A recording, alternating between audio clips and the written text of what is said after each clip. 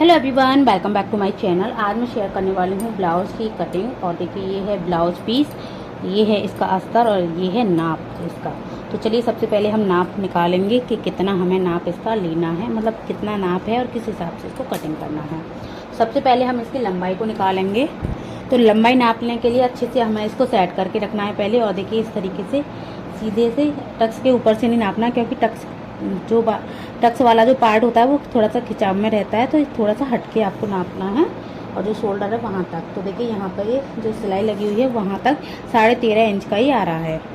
13.5 inch इसकी लंबाई हो गई। अब हम नापेंगे इसकी चेस्ट को। तो चेस्ट को हम देखिए यहाँ से नापेंगे, इस वाले हिस्से से, जो फिटिंग वाला हिस्सा है थोड़ा सा नीचे से लेते हुए हल्का सा यहाँ से इसको हल्का सा इस तरीके से खींचेंगे। ये आ रहा है टोटल 8.5 इंच का। तो देखिए 8.5 इंच का आ रहा है। और इसकी जो पट्टी है ना वो ज़्यादा चौड़ी नहीं है, तो मैं 8.5 ही मान लूँगी इसको। तो 8.5 को हम 4 कर लेंगे, तो ये हो जाएगा 34 इंच का। 34 इंच की इसकी चेस्ट हो गई और 13.5 इंच इसकी लंबाई हो गई। और अब हम इसका आर्मोल निकालेंगे। इस तरीके से अच्छे से आर्मोल को सेट करके रखेंगे। यहाँ से इसको खींचते हुए हल्का सा पकड़ेंगे। ये देखिए 7 इंच का आ रहा है, मतलब कि 14 इंच का ये आर्मोल आ रहा है। अब देखिए गले को हम नापेंगे, पीछे वाले को। तो पीछे वाले गले को या तो आप ऊपर से नाप सकते हो या फिर आप नीचे से भी नाप सकते हो। तो नीचे से ये 4.5 इंच का है और वैसे इसकी जो लंबाई है वो 13.5 इंच की है। तो इसमें से 4.5 इंच घटा देंगे तो 1, 2, 3, 4 और 4.5। तो मतलब ये गला जो है 9 इंच का है। ये यहाँ से देखिए, यहाँ से नापोगे तो ये 9 इंच का आ रहा है। आप इसे कहीं से भी नाप सकते हो। तो दोनों तरीके से आप इसे नाप सकते हो, गले को, पीछे वाले को। लेकिन पीछे वाला गला थोड़ा सा मुझे 1 इंच और बड़ा रखना है इसका। अब देखिए इसका हम आगे वाला गले को नापेंगे। तो गले को जो शोल्डर है यहाँ से इसको रखेंगे सीधा, यहाँ से ऐसे करके रखेंगे। तो देखिए इसका जो गला आ रहा है वो 6.5 इंच का आ रहा है। इस तरीके से सीधा देखिए 6.5 इंच का।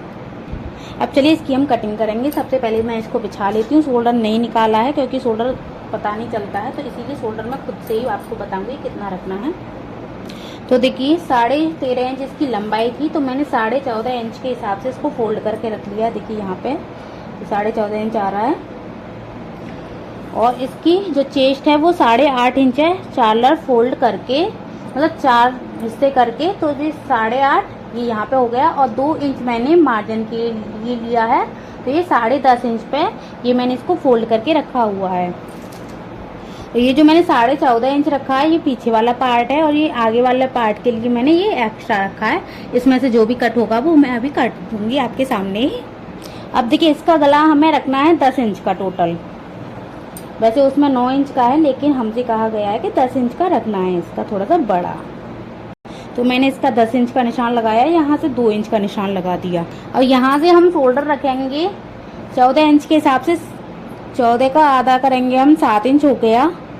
और इसमें 10 इंच का गला है, तो सीधे सीधे हम 2 इंच घटा देंगे। तो मतलब शोल्डर को हम 5 इंच का रखेंगे यहाँ से। अगर आपको कोई भी डाउट हो तो आप मुझे कमेंट करके पूछ सकते हो।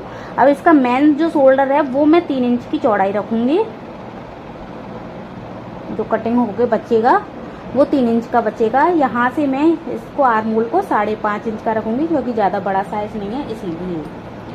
यहाँ से भी मैं ये 5 इंच का सीधा निशान लगाऊंगी। तो मैं यहाँ से ये सीधा निशान इसीलिए लगा रही हूँ क्योंकि ये छोटे साइज का है, इसीलिए। अगर आपका बड़े साइज का है तो यहाँ से आपको आधा इंच और बढ़ा देना है, इस तरीके से तिरछा लेना है। अब देखिए 5.5 इंच का हमने यहाँ से लिया, 5.5 इंच का ही हमें यहाँ से भी लेना है। और सीधी लाइन ड्रॉ करके और इसमें राउंड दे देना है।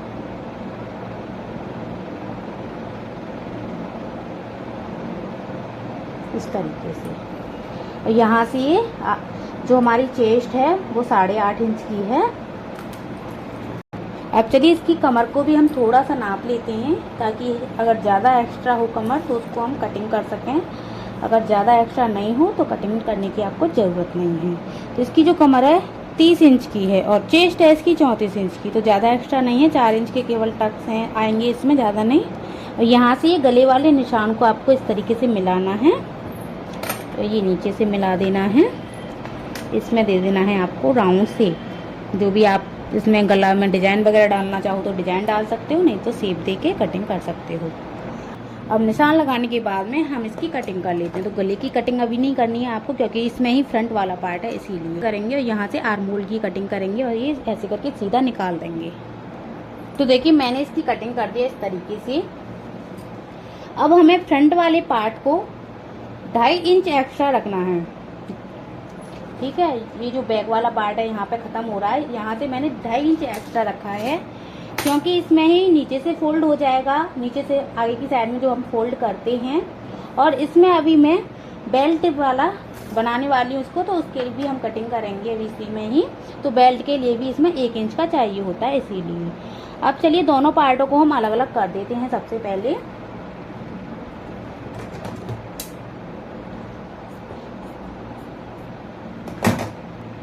तो ये देखिए बैक वाला पार्ट हमारा ये हो गया और फ्रंट वाला ये हो गया।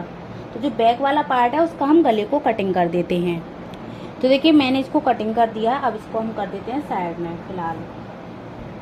ये जो हमने एक्स्ट्रा वाला निशान लगाया है इसको भी कटिंग कर देना है। अब देखिए अब आ जाती है गले की बारी सबसे पहले। तो यहाँ पे ये आ रहा है गले का निशान। तो यहाँ से 6.5 इंच का है वैसे गला, तो हम यहाँ से 7 इंच का या फिर 6.25 इंच का रख लेते हैं। तो देखिए मैंने ये 7 इंच का रख दिया है। यहाँ से सिलाई वगैरह में आ जाएगा जो भी होगा। यहाँ से जितना भी आपको चौड़ा इसको रखना है उतना आप चौड़ा रख सकते हो। तो मैं यहाँ से 2.25 इंच का चौड़ा रख रही हूँ। तो देखिए मैंने गले का निशान लगा दिया। अब ये है हमारा आर्म होल, यहाँ से और ये यहाँ तक, ठीक है। अब ये वाला जो निशान आ रहा है यहाँ से आपको ऊपर से तो बराबर रखना है, लेकिन यहाँ से आपको हल्का सा आधा इंच करीब पीछे से करना है इसको, इस तरीके से। और इस लाइन को यहाँ से आपको मिला देना है। और ये जो हमने आधा इंच पीछे किया है इस तरीके से आपको इसमें शेप दे देनी है आधा इंच पीछे। तो ये हमने शेप दे दी, इसको हम बाद में कटिंग कर लेंगे। तो देखिए सबसे पहले अब हमें इसमें टक्स लगाने हैं। तो टक्स का निशान देखिए यहाँ पे टक्स की जो सिलाई आ रही है वो 10 इंच पे आ रही है। तो यहाँ से 10 इंच और आधा इंच ऊपर सिलाई में चला जाएगा, तो उसके लिए हम 10.5 इंच पे एक टक्स का निशान लगाएंगे। ये जो टक्स का निशान लगाया है यहाँ से इस लाइन को सीधा लाइन ड्रॉ कर देनी है। और यहाँ से जो हमने टक्स का निशान लगाया है यहाँ से ही हमें एक और निशान लगाना है 2.25 इंच का, सीधी लाइन ड्रॉ कर देनी है। अब ये जो टक्स की दूरी है वो हम रखेंगे यहाँ से 3.25 इंच की। ये नीचे वाले पे निशान लगाएंगे और ऊपर वाले पे भी।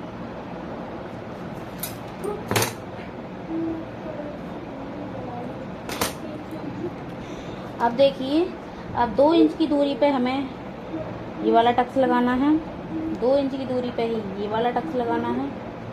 ये वाली जो लाइन है ऊपर वाली यहाँ से आपको निशान लगाना है। ये वाला टक्स हम 3 इंच की दूरी से लगाएंगे, 3 या 3.25 इंच की दूरी से।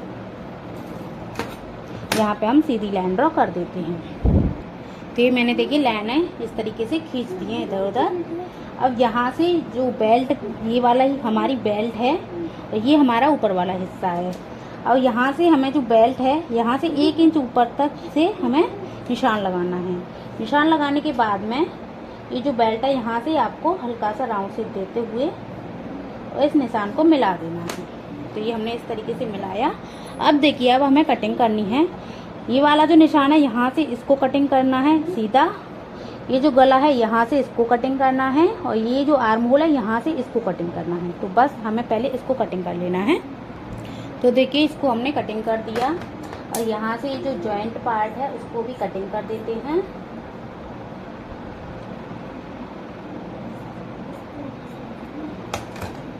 अब जो पीछे का हिस्सा है यहाँ पे भी आपको निशान लगा देने हैं। तो देखिए अभी दिख नहीं रहे हैं अच्छे से, तो आपको पहले निशान लगा लेने हैं आगे से। वो कैसे लगाएंगे तो देखिए इस तरीके से चौक को घड़ा के पकड़ना है और इस तरीके से कर देना है। अपने आप पीछे की साइड में निशान आपके छप जाएंगे।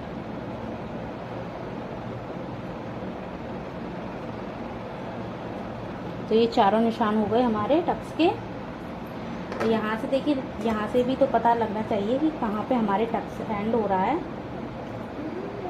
स्टार्ट तो हमें यहीं से ही करना होता है, क्योंकि यहाँ से आपको इस तरीके से कट्स लगा देना है।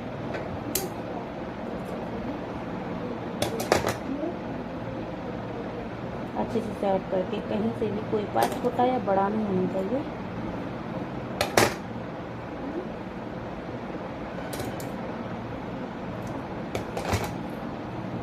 ये हमारे ब्लाउज की देखिए कटिंग हो चुकी है। बहुत ही आसान तरीके से मैंने इस ब्लाउज की कटिंग बताई है और एक एक चीज़ बताई है। अगर आपको कोई भी फिर भी डाउट रह गया हो तो आप मुझे कमेंट करके पूछ सकते हो। तो चलिए आज के इस वीडियो को हम यहीं एंड करते हैं। अगर आप लोग को हमारे वीडियो पसंद आए हो तो please like share and subscribe जरूर करना। Bye bye.